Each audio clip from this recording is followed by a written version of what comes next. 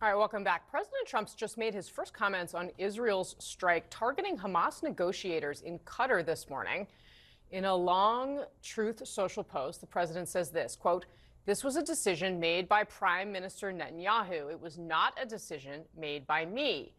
He adds that he directed his special envoy, Steve Witkoff, to tell the Qataris about the impending attack, but that it was too late to stop it. Here was Qatar's prime minister just a few minutes ago in Doha. The attack happened at 3:46. The first call we had from an American official was at 3:56, which is 10 minutes after the attack. All right, former NATO Supreme Allied Commander and CNN senior military analyst, the retired Admiral James Stavridis joins us now. Admiral, always wonderful to have you on the program. Thank you so much for being here. This is a remarkable string of events here. And to have the president say that Netanyahu made this decision, not me, tries to get Witkoff to tell the Qataris, how do you, I mean, it seems like under other circumstances, the U.S. might have been solidly with the Israelis under, no matter what. But this seems a little bit more ambiguous. How do you understand and explain what's going on? Well, first, we need to remember that Doha, the capital of Qatar, where these strikes occurred, hosts the largest U.S. military base in the entire region. And so the U.S. has significant military and strategic interest in maintaining good relations with the Qataris, who I've been in and out of that base too many times to count. They are absolutely terrific hosts.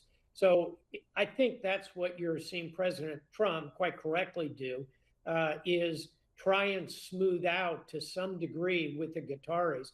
Let's flip the table, Kasie. I think the question is, what's the impact on Israel of these strikes?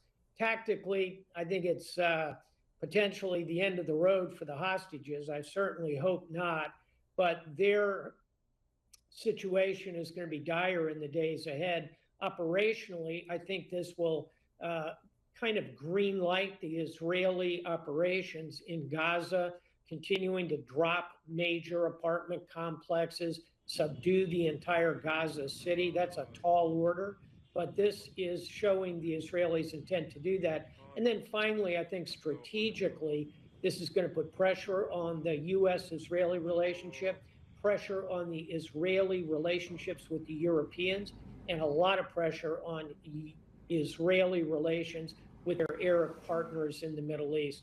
So it's a pretty big bill for the Israelis to have conducted this strike.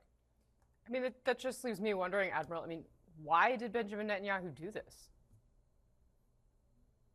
Because he truly hates Hamas.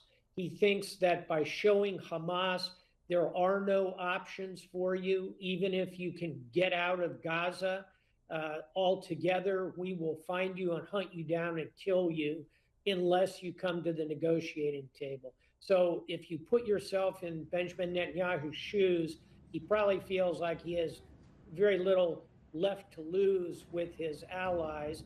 He can put pressure on Hamas, and he can ultimately inform his right-wing base that he's going after and killing Hamas and continuing to avenge October 7th.